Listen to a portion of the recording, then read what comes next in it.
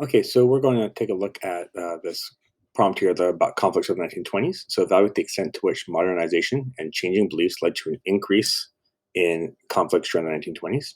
So let's go back to the causes here that you might want to think about. Leading into the 1920s, context here, we have the progressive reformers of the early 1900s. We had the attempts to reform business practices with the Clayton Antitrust Act, trust busting, trying to get rid of monopolies, muckrakers exposing the problems in American society. So those were happening in the 20 years or so before the decade of the 1920s. We also had this, as part of that progressive era, this kind of activism for people's rights, the 19th Amendment being passed, giving women the right to vote.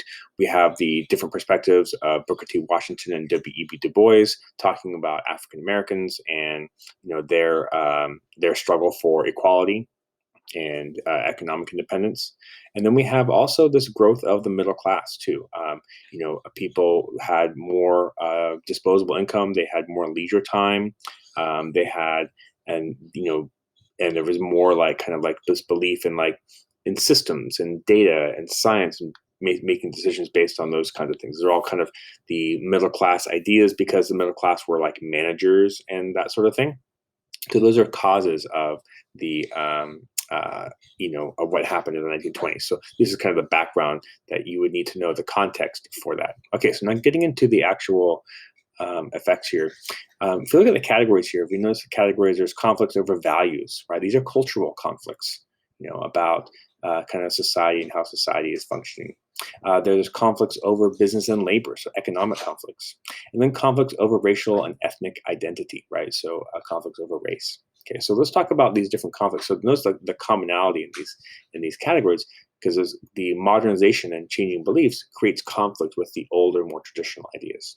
So we have, as an example of conflicts over values, we have this science versus religion idea in the Scopes trial of teaching creationism versus evolution. And so religious values were kind of undergoing a resurgence in the 1920s, and it kind of sets up this kind of rural versus urban dynamic as well. The big city folk versus the kind of country kind of folk. We also have prohibition with its emphasis on morality and how drinking was leading to immoral behavior. And you end up with gangsters like Al Capone making money off of illegally producing alcohol. And then we talk about values too. We're talking about the role of women, right? So women were changing, right?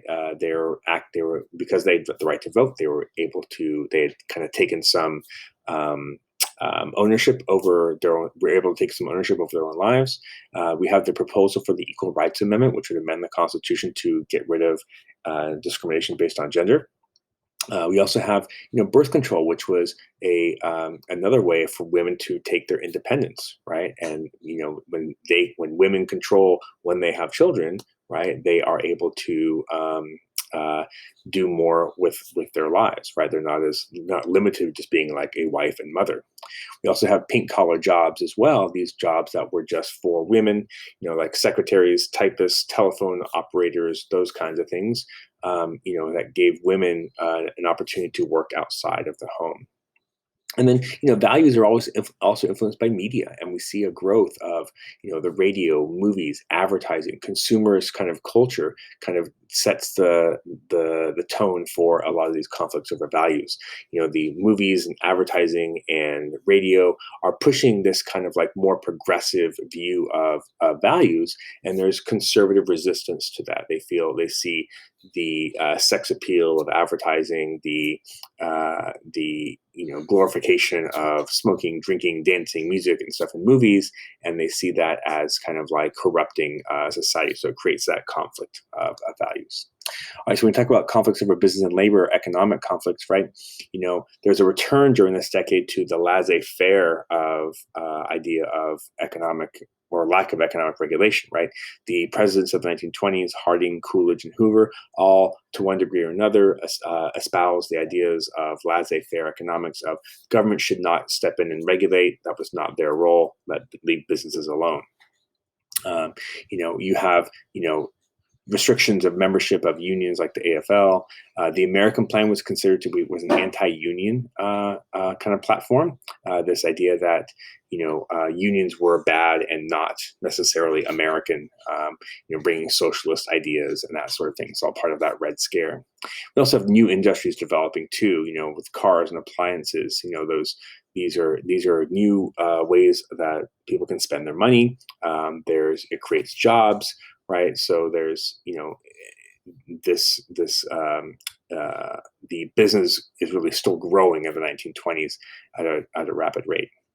And lastly, the 1920s, our resurgence over conflicts over racial and ethnic identity. We've always had racial and ethnic conflicts in America, but the 1920s heightens that.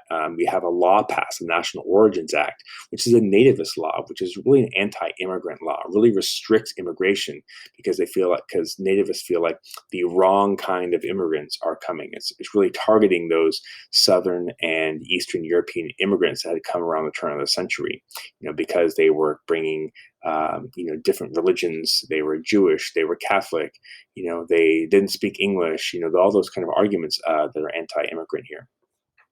We also have the kind of KKK has a resurgence, right? The racist group that first came up in the South during Reconstruction, right? That intimidated African Americans and stopped them from voting and participating in life in the South. Well, the KKK spreads north. The Great Migration, African Americans are moving north, but now the KKK is also going there too because racism exists in the North.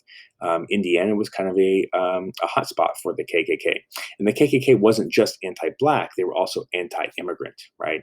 Their goal was to preserve a white Protestant society. So they were opposed to Catholic immigrants. They were opposed to African Americans, all those kinds of things, right? And so the KKK spreads their kind of racialized and anti-immigrant violence to other parts of the nation.